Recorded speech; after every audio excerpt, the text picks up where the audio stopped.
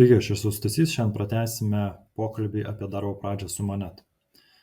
Kaip jau rodžiau praeitą kartą, galima visus duomenis susikurti tiesiai per Monetą ir įsikelti likučius. Arba galima importuotis. Norint susimportuoti, reikia iš buvusios buhalterinės programos išsieksportuoti duomenų sąrašus. Praktiškai visos turi galimybę eksportuotis į Excelį, galbūt tie formatai ne visai gražiai atrodo, ten reikia tą Excelį apdirbti, ištrinti perteklinės eilutės ir panašiai, bet visose įmanoma prieiti iki normalaus Excelio ir po to tiesiog tuos stulpelius nusikopijuoti į mūsų failą ir importuotis. Failą galite surasti nustatymų įmonės duomenis, įmonės likučiai ir čia yra pavyzdinis failas. Atsisiunčiame.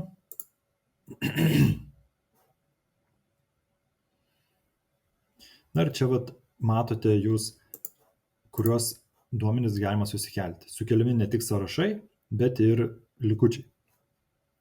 Kaip matote, ilgalaikį turtą galima sukelti, tai yra turto informacija ir likučio data, kuria yra užregistruojama, klientų tiekėjų informacija, prekių informacija su likučiais, darbo užmokesčio kortelės.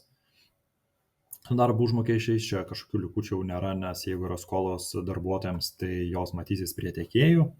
Darbo užmokesčio istorija jinai yra reikalinga dėl teisingo vidutinio darbo užmokesčio pasiskaičiavimo, tai jeigu likučius keliate paskutiniai metų dienai, tai turėtų būti dar istorija gruodžiui, lapkričiui, spaliui. Na ir kitos sutartys, tai yra dovanos, dividendai ir panašiai. Na ir dabar kiekvieną iš šitų pereisime atskirai ir parodysime, kaip tą failą pasiruošti ir įsikelti į Monetą. Dabar įkelsime ilgalaikį turtą, korteles ir likutinės vertes. Galite, aišku, tai padaryti rankiniu būdu per ilgalaikį turtą, susikurti turto korteles, tuomet nusipirkti tas korteles, tai yra, kad užsifiksuotų įsigijimo vertė, tuomet paskaičiuoti nusidėvėjimą sukauptai sumai, na ir atitinkamai pakeisti likutinę mėnesių kiekį, kiek liko dėvėtis. Arba galima importuotis. Didžioji įmonės duomenys, įmonės likučiai ir atsisiunčiate pavyzdinį failą. Atsisiuntus pavyzdinį failą, jame yra ilgalaikio turto lakštas, į kurį reikia įkopijuoti jūsų turimas turto korteles. Visos buhalterinės programos turi ataskaitas, kuriuose galima gauti šią informaciją ir tas ataskaitas galima išsaugoti į Excelį. Tas Excelis gali būti su sulietom celėm, bet dirbant tą Excelį galima tą informaciją gauti. Tai reiškia, pirmam stulpelį yra turto numeris unikalus, tuomet pavadinimas, visas dėvėjimosi laikas, įsigijimo vertė kartu su perkainojimo verte, tai yra ta vertė, kuri matosi balanse įsigijimo eilutėse, paskutinis dėvėjimosi laikas, tai jeigu kelite likučius sausio 1 dienai, tai visas ilgalaikis turtas turi būti nudėvėtas paskutinio mėnesio prieš tai einančio paskutiniai dienai. Tai pavyzdžiui, jeigu keliame sausio 1, tai turėtų būti nusidėvėjimas paskaičiuotas gruodžio 31. Taip pat sukeliame ir tas korteles, kurios jau yra nudėvėtos, bet turi likvidacinę vertę, tai reiškia balanse vis dar jos matosi.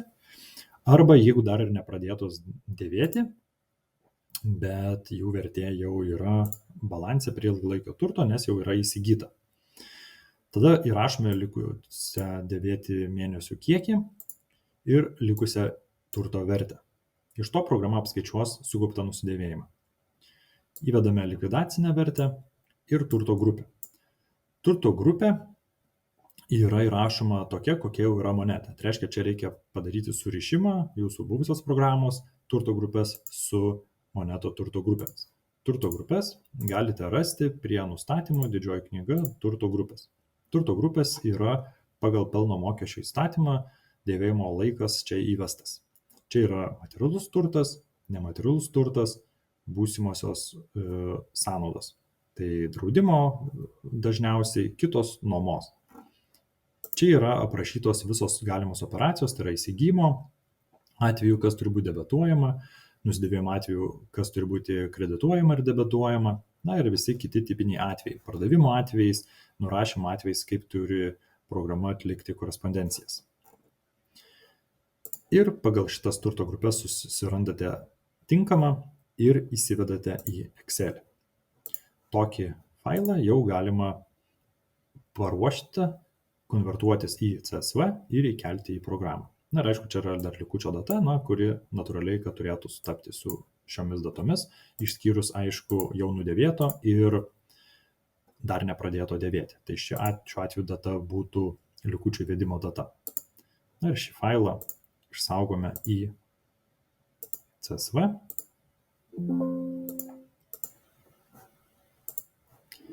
Galime pasižiūrėti, kaip jis atrodo.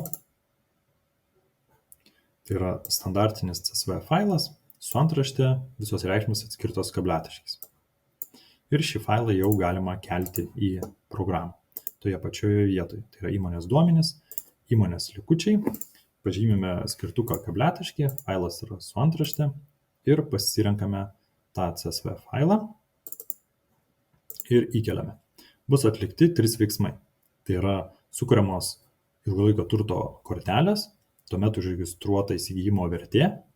Mes kėlėme 5 korteles, todėl yra užregistruoti 5 kvitai, tai yra įsigijimo vertė. Ir sukauptas nusidėvėjimas, tai yra dar 4 kvitai. Kadangi viena turto kortelė yra jau nudėvėta, tai yra dar nepradėta dėvėti, tai todėl yra 4 nusidėvėjimo įrašai. Tai galim patikrinti, ilgalaikis turtas. Kaip matote, yra 4 aktyvios kortelės. Na ir viena jau buvo baigta dėvėti, todėl jinai yra prie uždarytų. Taip pat susikūrė žurnalai, tai yra ilgalaikio turto likučio įkelimo. Tai kaip matote, čia yra mūsų turto grupės, tai yra kortelės su įsigijimo verte, eina į užbalansinę sąskaitą, dėl to, kad kai sukelsite visą savo įmonės apskaitos likučius, tai šioje sąskaitoje turėtų likti 0. Taip pat yra čia ir sukauptas nusidėvėjimas. Kaip matote, jau šiuo atveju kredite. Ir jeigu pasižiūrėsime kokią nors turto kortelę, operacijas, tai matote, yra gruodžio 31 dienai bendra suma, na ir sukaupta nusidėvėjimo suma. Ilgalaikio turto numeryje mes matome būtent įsigijimo vertę, paskutinio nusidėvėjimo vertę, datą, dėvėjimosi mėnesių skaičių ir likusi dėvėjimosi mėnesių skaičių. Tokiu būdu ilgalaikis turtas mūsų yra sukeltas, galime tęsti importą kitų duomenų.